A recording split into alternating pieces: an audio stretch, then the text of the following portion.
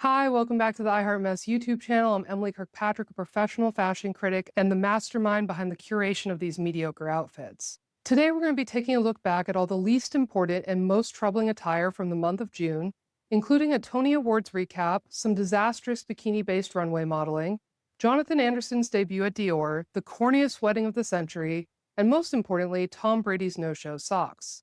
This video is brought to you by a true connoisseur of trash, Ruth Ann Harnish. So if you're shocked and appalled by what you see here today, take it up with her. And if you want to sponsor a future installment of the series, you can take that up with me. Now, without further ado, let's get into it. To begin, the Prada-clad devil has finally left the building. That's right, this month Anna Wintour announced that she will be stepping down from her role as editor-in-chief of Vogue. And you already know I'm more than ready to step up in her stead. Ready whenever you are, Condé Nast. Along with every other person even vaguely interested in fashion, I have fully drunk the Jonathan Anderson for Dior Kool-Aid. I thought his menswear debut was exceptional. It is the first time in a long time that I have felt genuinely hopeful about the future of a major fashion house. But by far the most important thing I saw at that show were these beyond oversized men's cargo shorts featuring mitochondrial-esque folds. And the first thing I thought when I saw these culottes billowing down the runway was we have got to get Bieber in a pair of these bad boys immediately. This is exactly what the pop star was describing when he said he wanted to feel like a princess clutching her gown as she walks down the stairs. Here, Anderson has found a way to make that fantasy a reality in a completely masculine, cool way. But while the design of these shorts may look utterly modern, they're actually inspired by the past. They're based off a famous silhouette from the brand's archives, the Delft dress. Dior shared a photo of the original gown on Instagram along with some background information on it, explaining that the dress comes from the fall 1948 Haute Couture collection designed by Monsieur Dior, which featured elaborately layered and sharply draped panels. In the case of these shorts, 7.5 meters of fabric were used to create these undulating sails. This is a particularly interesting detail when you take into consideration what I've told you before about this particular period in French history and the response the public had to Dior's extremely controversial new look in 1947. Part of the outrage over that outfit was due to its excessive use of fabric during a time when war rations were still slowly being lifted throughout France. Those silhouettes also harken back to a femininity of a bygone era, attempting to draw women back to their traditional domestic roles by literally physically encumbering them. In that light, it's powerful to see how Anderson has managed to subvert those heavily symbolic designs simply by swapping their intended gender, and in the process, undermining those same gendered ideals. Now, I don't really want to talk about the first images we've gotten from Ryan Murphy's new show, American Love Story, as fashions such as these do not meet the stringent mess criteria for interesting clothing. However, given that the entire internet has been in an uproar over these knockoff Calvin Klein separates they're dressing this fake Carolyn Bessette-Kennedy in, I figured I'd throw my 2 cents in as well. First things first, whether you love these costumes or hate them, you are going to be watching this show regardless, so let's all get off our high horses about that. And besides, I cannot understand for the life of me why anyone has any expectation that the fashion in this program will be good. This is a Ryan Murphy production after all. The man is making Lifetime movies on a Netflix budget. And I say that as a reformed American Horror Story superfan. I've seen the true depths of content despair Ryan can inflict. For those who somehow missed all the digital consternation, Ryan Murphy posted a handful of images of the 2 lead actors playing JFK Jr. and Carolyn, Paul Kelly and Sarah Pidgeon, and people were thoroughly unimpressed by their appearance. The main points of contention were that Carolyn loved a 40-centimeter Birkin, not a 35 as pictured here. She is completely the wrong shade of blonde, which even the real Carolyn's colorist corroborated in an interview with Vogue, and she's dressed like a Carla Otto PR intern, which is the type of astute outfit assessment I'm used to exclusively hearing come out of my mouth. So I'm thrilled the public is finally joining me in the hateration. I'm also incredibly thankful for this deluge of social media critiques because they inspired Ryan to make a gorgeously defensive rebuttal to the press. The producer immediately called up Variety and Puck's Lauren Sherman to set the record straight, providing them with a laundry list of all the exact pieces of archival fashions from Carolyn's closet that they purchased for Pidgeon to wear on the show, which hilariously misses the point of all this public outrage to begin with, because the question isn't if they have them, it's why is she not wearing any of them? Ryan explained that's because the photos he shared were just meant to be camera tests, so they threw on whatever. Yet even in the on-set paparazzi images we have from this show, Pidgeon is dressed like an Aritzia-fied girl boss from head to toe. Murphy also told Variety, Carolyn Bessette is clearly a religious figure, and it's a religion of her own. It's very interesting that people become so inflammatory. We're writing a story about a person, an unknown person. who falls in love with the most famous man in the world and suddenly she can't leave her house. They're doing to our Carolyn what they did to the real-life Carolyn. It's not fair. Now, this has got to be one of the most preposterous, hyperbolic quotes I've heard in quite some time. And simultaneously, Murphy also said, "I had no idea that people cared as much as they do, but I guess that's a good thing." So is Carolyn a religious figure or a nobody? Pick a lane. In either case, I think Ryan would have been better off just hiring Hailey Bieber or Sophia Richie's stylist to handle all of this, as those girls are never not doing some pretty solid Carolyn cosplay. And to the many detractors out there, I'd also just like to add that this wardrobe will never do the real CBK justice, as her iconic street style isn't actually about the clothing at all, but rather the vibes she imbued them with. I think everyone understands that you could wear the exact same outfit as Rihanna, and yet you will never pull that outfit off with an ounce of the swagger the pop star naturally possesses. Likewise with this show, no matter how technically correct the attire may be, a vintage Prada slip skirt will never just inherently convey Carolyn's same rich bitch aura. I'm looking forward to watching them try, though.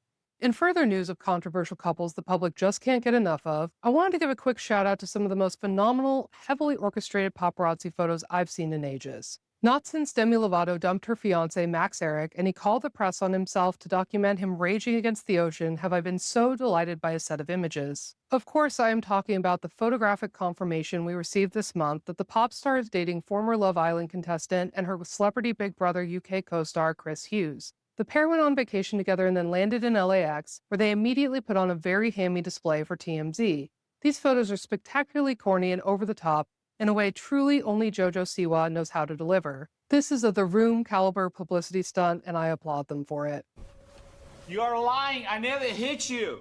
You are tearing me apart, Lisa! And just in case you were thinking that this is all a showmance for the cameras, Chris attempted to dispel that in the most showmancy way possible via Instagram stories the very next day, inviting us all into his and JoJo's post-coital cuddle in a manner I absolutely did not consent to. By now, you've likely seen the viral tweet comparing this image to that of a mom doing skin-to-skin contact with their newborn for the first time. A deadly accurate assessment, I fear. And just to be clear, I'm not saying this is a fake relationship. I actually think it's all too real. What I am saying is that these two are the exact same brand of fame monster, and I love their love for attention. While I don't like having to consume the very sexy media they are producing in order to garner that attention, conceptually, I have to appreciate that I am witnessing two tabloid maestros cooking up one viral masterpiece after the next.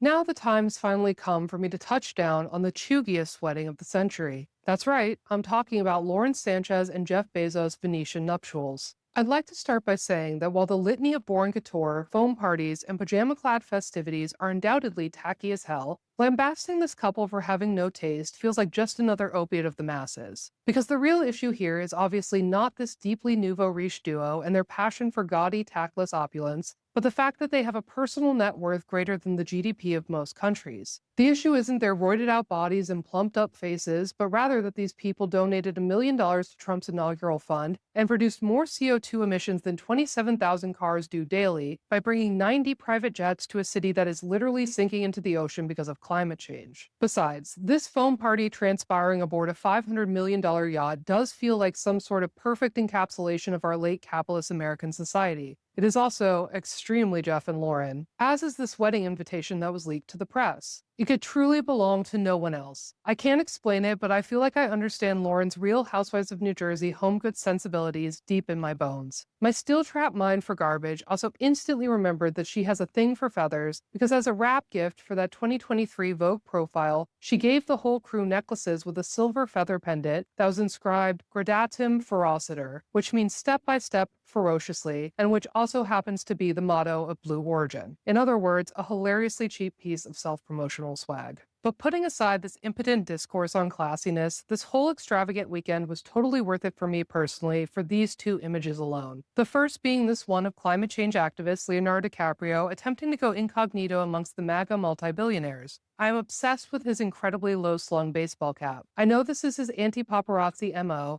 but the angle of this brim felt extreme even for him. He has chopped the proportions of his dome in half with this styling. At this point, why not just wear a set of those horse blinkers and call it a day? Or better yet, pull a post-divorce Kim K and throw on a full-blown gimp mask so that the public can never lay eyes on your face flesh ever again. If you're going to be the physical incarnation of shame, the least you can do is make it a little kinky. And my second most treasured photo from this weekend is this piece of paparazzi fine art featuring Kim and Khloe Kardashian. As you can see, Khloe is taking a selfie while Kim believes she is documenting her boat ride. It's like if you hung Caravaggio's Narcissus in the Versailles Hall of Mirrors, a transcendent mise en abîme you can never escape. Speaking of that family, since last I warned you that this fabric is a recession indicator, Kylie has stepped out again multiple times in various latex mini dresses. And I think I finally have an answer to whom this fashion augurs worse for, and it's this family. Because not only has Kylie reverted back to this 2016 style, but this month she revealed that she's also launching a new variation on the best-selling lip kits that launched her empire to begin with. Except this time around, they're glossy instead of chalk dry. And in case all of that wasn't enough to prove the point I'm trying to make here, I'd just like to add that this image of Kylie is also a shot-for-shot recreation of an image of Claudia Schiffer from a 1994 edition of Elle magazine, a supermodel whose 90s wardrobe Kylie has been buying up the same way Kim did Naomi Campbell's before her.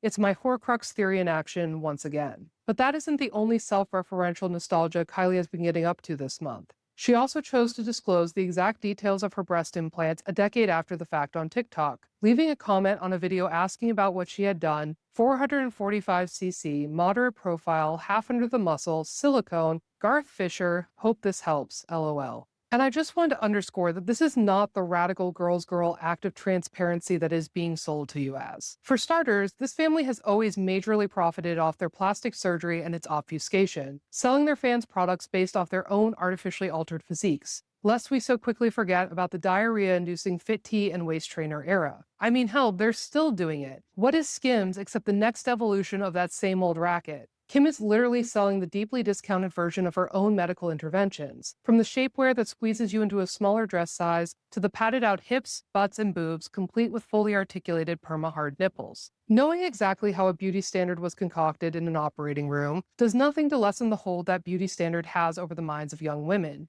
All it does is give them the exact recipe to replicate and uphold it themselves. Plus, as someone who was a lowly fashion blogger at People magazine at the time of Kylie's original boob job circa 2016, I will never forget or forgive her for the narrative she was actively peddling at the time that this was all natural, and her new cup size was just due to her period. It's that tired, I overlined my lips excuse all over again. I actually can't believe she hasn't launched some Kai padded bra off the back of all this social media forthcomingness. Of course, this comment rattling off her surgery stats wasn't actually about Kylie being honest with her fans, but rather just an example of the family's latest relatability PR tactic. And as always, this level of transparency when it comes to the nips and tucks that have been transpiring not so secretly before our very eyes over the last 15-odd years is something I was on the internet telling these ladies to do years ago, and now feels way too late on the uptake. I also think it's quite telling who in the family is suddenly being open about these alterations and what exactly they're choosing to divulge. It feels like they're making calculated choices about who amongst them this tactic will work best for and pacing out the revelations for maximum impact. Kris, of course, is an easy sacrificial lamb. She's 69 and has talked openly about a handful of her procedures in the past. Likewise, Kylie already turned begrudgingly copying to plump lips into a billion-dollar business, leaving the door ajar for future financially beneficial disclosures.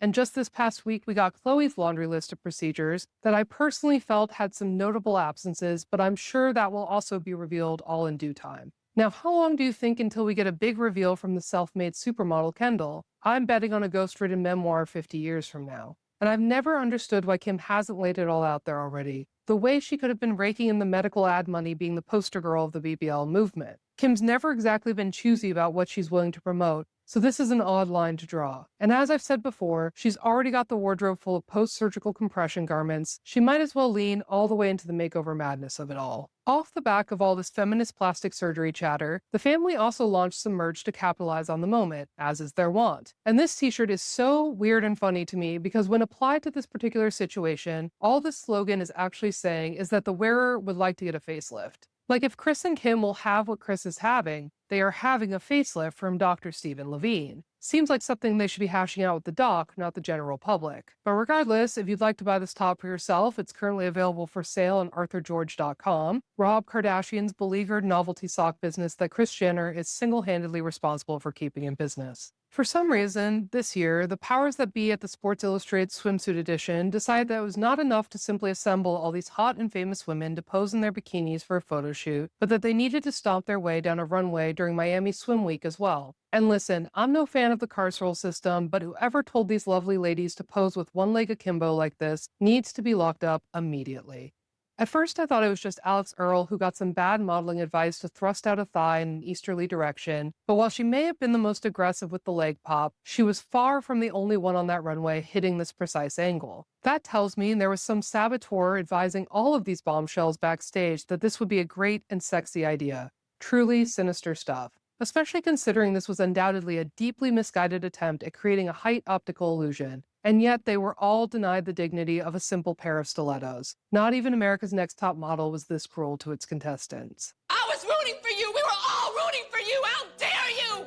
Learn something from this! This month it was the Tony Awards, which was a pretty snoozy affair fashion-wise, but there were a couple of outfits that night that I feel are briefly worth our attention. To begin with, Escola, eternal muse of the mess universe, looked absolutely pitch perfect in this custom Wiederhoff gown, which they explained was inspired by the dress Bernadette Peters wore to the 1999 ceremony, where she won the award for Best Leading Actress in a Musical for Annie Get Your Gun. In other words, a perfect choice for Cole to pick up their own Tony for Best Leading Actor in a Play. And finally, an actually creative red carpet homage. Cole accessorized the look with ample chest hair and a cameo necklace featuring British actress Laura Keane, who starred in and produced the play Our American Cousin, the same play where Abraham Lincoln was assassinated and which naturally plays a climactic role in Cole's show Oh Mary about Mary Todd Lincoln. They also finished off the look with this expertly laid wig that I need Nicole Kidman to study very closely and learn from. I also wanted to shout out theater producer and fashion plate extraordinaire Jordan Roth, who seems to be the only rich person in the world who knows how to spend their money correctly and demonstrates that time and time again. You might recall that in my Met Gala coverage, I highlighted his ghostly stack of Stephen Jones millinery top hats and admired the way he transformed himself into a modern-day Goliath in a custom pair of Noritaka Tadihana heelless platform boots that added at least another 8 inches to his already statuesque frame.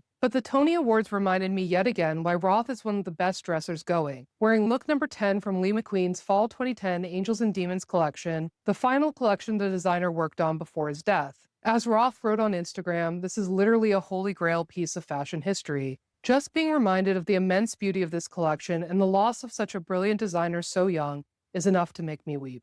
When I was live streaming the Tony's red carpet, a reader commented that Sarah Paulson always looks like she's wearing a sofa. And I think that's both a very astute observation and also exactly what I love so much about her award show attire. There's an extreme formality to her choices in couture. She's not just dressed, she's upholstered. She seems to prefer a sort of plush black tie armor. At the Tonys, that battle gear came in the form of the sculptural Schiaparelli haute couture number featuring an upper lip-like bolster across the drop waist. And of course, who could forget her very futon-esque Marc Jacobs dress at the Vanity Fair Oscars party earlier this year that launched a million build-a-body musings in my newsletter and these YouTube videos. There were a lot of red sequin dresses at the Tony Awards for some reason, almost as many as there were velvet tuxedo jackets. That said, Nicole Scherzinger's custom Rodarte version was probably the best of that extremely similar bunch. It's a perfectly fine, classic choice, but felt a little underwhelming for a lead actress in a musical nominee, let alone a winner. But I could also just be saying that because I'm feeling bitter, as I personally wanted Nicole to show up to this red carpet in character totally drenched in blood,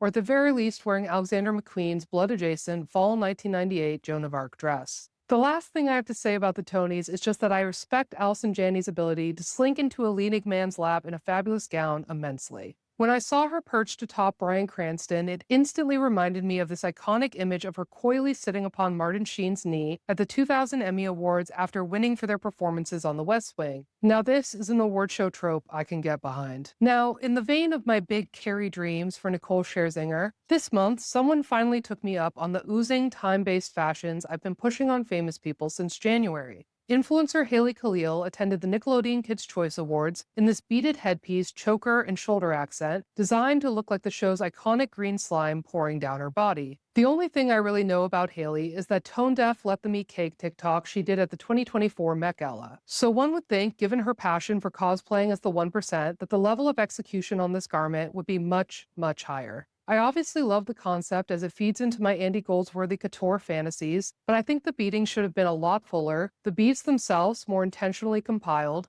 and the whole thing could have been more integrated into this Mark Bauer dress. As is, it just feels like a Michael's Craft version of Kim K's Terry Mugler Met Gala look. I understand that this was Hailey's attempt at evading a real-life sliming, but I think the outfit would have been a lot cooler and more impactful if she'd just shown up pre-slimed, or at least drenched in some sort of more viscous, slowly oozing material, like honey or gack. Because while this got us one step closer to realizing my true foam fashion vision, I'm still waiting on a celebrity to execute the ultimate version of this ensemble, which needs to drip, evolve, and dissipate as they move down the step and repeat. Now, clearly, fashion's head honchos are finally starting to pick up what I've been putting down in these videos, because this month we not only got an evening gown covered in pseudo slime, but someone over at Prada also gorgeously answered my parasol prayers. Okay, sure, it's a full-sized umbrella, not a petite one, but whatever. The point is that this was clearly custom-made to match Maya Hawke's Prada dress exactly, and it is also totally useless in terms of protecting anyone from real weather as it's made entirely out of silk. You might recall that I requested precisely this type of bitchy, ineffectual accessory back in March when I first laid eyes on Millie Bobby Brown's cheetah print line parasol.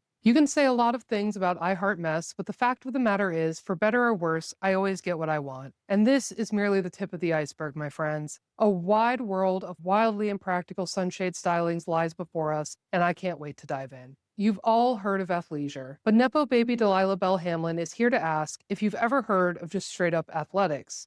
This month, the Real Housewife progeny took a valiant stab at making soccer pitch chic a thing. She carefully curated these staged paparazzi images designed to be meme fodder, but unfortunately for her, no one seemed to notice except me. In this ad for Puma soccer cleats, the former aspiring model and seemingly current aspiring pop star strolled through an empty parking lot wearing an outfit that is very clearly heavy-handedly calculated to be kooky. But while it comes across as overtly try-hard, I do admire Delilah's concerted effort to jumpstart this creative take on putting a Dick's Sporting Goods gift card to good use. You might be wondering how I know that this is an ad, and that's because immediately after publishing this image in my newsletter, I received an email from Puma asking if I could update my copy to credit this footwear as their Ultra 5 Play cleats, something that really only happens when a celebrity outfit has been bought and paid for in advance. Anyway, Delilah paired these Puma Ultra 5 Play cleats with stirrup socks and a sheer ruffled boho blouse worn as a mini dress, tossing a net bag with a soccer ball over her shoulder just to drive her sporty point home. In a play for virality, she also carried an armful of books that appear to be some sort of Singing for Dummies instructional manuals.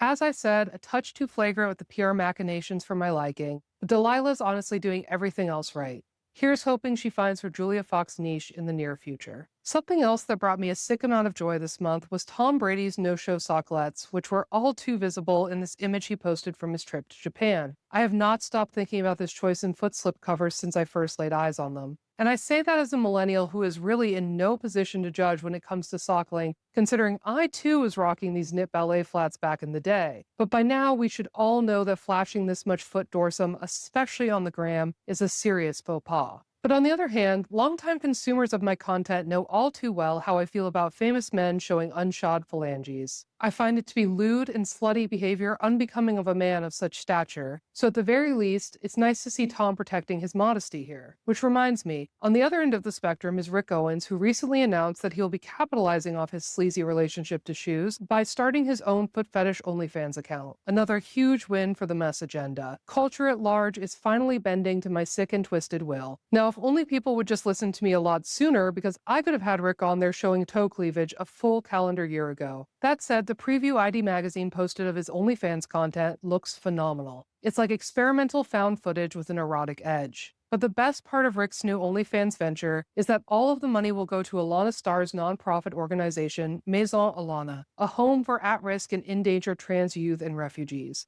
a cause we can all flash our bare feet for. Now, all that fetish content aside, how gorgeous is the man on the left's Hakama pants? Another androgynous skirted look I'd love to see Bieber shuffling around in. I'm going to close things out here today with something glamorous and chic for once. While I often revel in the detritus of the garment industry, I'm now going to show you a look that embodies the true essence of mess, and that is Cate Blanchett in this gorgeous Dilara Findikoglu Fall 2025 top. The corset is composed of mollusk shells, pearls, and safety pins, and is an absolutely insane feat of high fashion. Of course, this is not a surprising choice in attire for Cate, as she's always been an avant-garde darling, and her many appearances in these videos have proven that she's a woman with a serious passion for funky tops, from her Dilara spoon tank to that self-flagellating Fiorucci hair shirt. And for all the nitpicking I've done of Dilara's work over the years, I have to give credit where credit is due. She's constantly churning out thought-provoking, McQueen-worthy stuff. And in regards to this particular outfit, the trompe-l'oeil cockle-shell nipples really sealed the deal for me. My one minor note is that I feel like the bottom half of this outfit has no relationship to the top. I either want to extend the shirt into a full mini dress or pair it with some simpler, silky bottom. But regardless, this feat of couture is all anyone's looking at anyway. Okay, well, those were all of my must-see looks from the month of June. If your interest was piqued by the slovenly styles you saw here today, I would suggest that you pursue this newfound passion with fervor by liking this video and subscribing to the channel. I also have a bonus video coming out later this month just for paid members, so make sure to sign up for that so you don't miss out. Thanks again to today's sponsor, Ruth Ann Harnish. As I and Dolly Parton always say, it takes a lot of money to look this cheap. So if you want to keep me in the lowbrow duds I've become accustomed to, ask about how you can sponsor one of these videos in the future. And finally, if you need a constant IV drip of mess straight into your veins every week, you can always sign up for my Substack newsletter at iheartmess.com. The link will be in the caption below. Until our paths cross again, my faithful fashionistas, bye.